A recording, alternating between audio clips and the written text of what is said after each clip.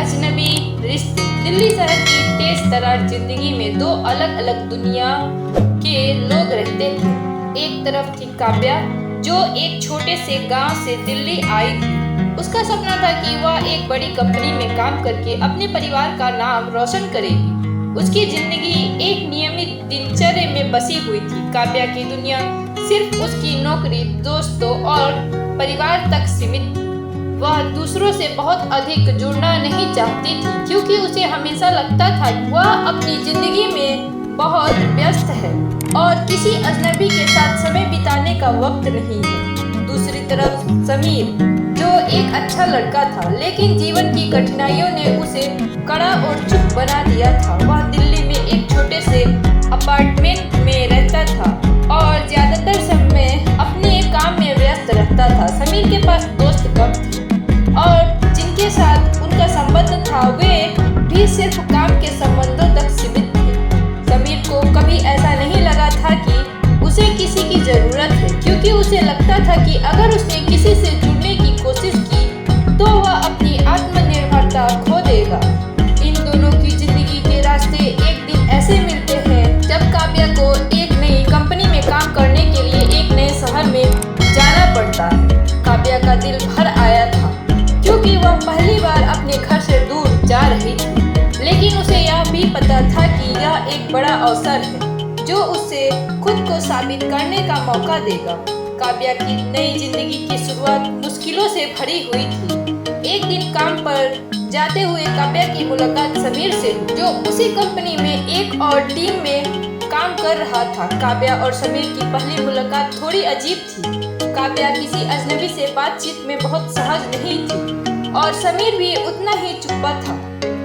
उनकी बातें औपचारिक थी और पूरी तरह से पेशेवर, लेकिन दोनों के बीच कुछ ऐसा था जो धीरे धीरे दोनों को एक दूसरे के करीब लाने लगा। समीर ने काव्या को ऑफिस के कुछ कामों में मदद की और काव्या ने भी समीर के काम को सराहा।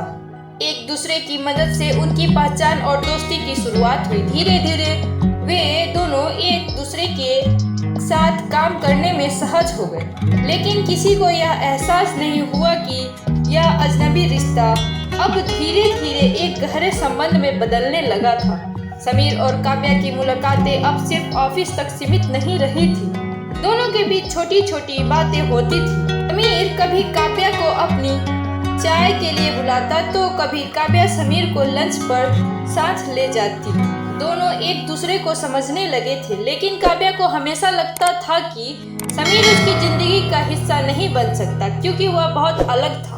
समीर भी सोचता था कि काव्या की दुनिया और उसकी दुनिया अलग है और वह कभी किसी को अपनी जिंदगी में पूरी तरह से जगह नहीं दे सकता। एक दिन काव्या ने समीर से पूछा, तुम इतना चुप क्यों रहते हो? तुम्हारे पास कभी कोई बातें नहीं होती? समीर मुस्कुराया और बोला, कभी कभी हमें अपनी जिंदगी को अपनी शर्तों पे जीने की जरूरत होती है काव्या। शब्दों से ज्यादा मैं अपनी राह पर चलने में यकीन करता हूँ। काव्या को यह जवाब थोड़ा अजीब लगा, लेकिन उसकी बातों में एक गहरी सच्चाई भी थी। धीरे धीरे काव्या ने महसूस किया कि समीर की चुप्पी और उसकी सोच उसे समझने का एक तरीका है।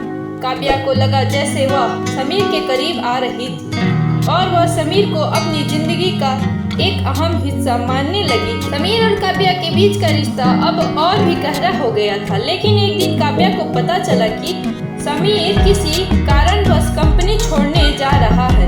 यह खबर काव्या के लिए एक झटका थी, क्योंकि वह समझ नहीं पा रही थी कि वह समीर के बिना कैसे काम करेगी। दोनों ने कभी इस रिश्ते को स्पष्ट रूप से नाम नहीं दिया था, लेकिन अब काव्या को यह एहसास हुआ कि वह समीर को खोने से डर रही है। समीर ने काव्या से कहा, मैं किसी कारणवश जा रहा हूँ काव्या, लेकिन तुमसे बिछड़ने का मुझे भी बहुत दुख है। काव्या ने घबराते हुए कहा, क्या तुम जा रहे हो समीर? क्या तुम जानते हो कि तुम्हारे बिना यह सब कितना मुश्किल होगा? समीर ने काव्या की आंखों में देखा और कहा, तुम्हें एक दिन यह समझ आएगा काव्या, कभी कभी हमें खुद से जुदा होकर ही अपनी पहचान मिलती है। काव्या को यह समझ में आया कि समीर की चुप्पी और उसकी सोच की एक वजह थी। वह किसी अजनबी रिश्ते में नहीं, बल्कि एक दोस्त, एक सहयोगी और एक मार्गदर्शक की तरह उसकी जिंदगी का हिस्सा था।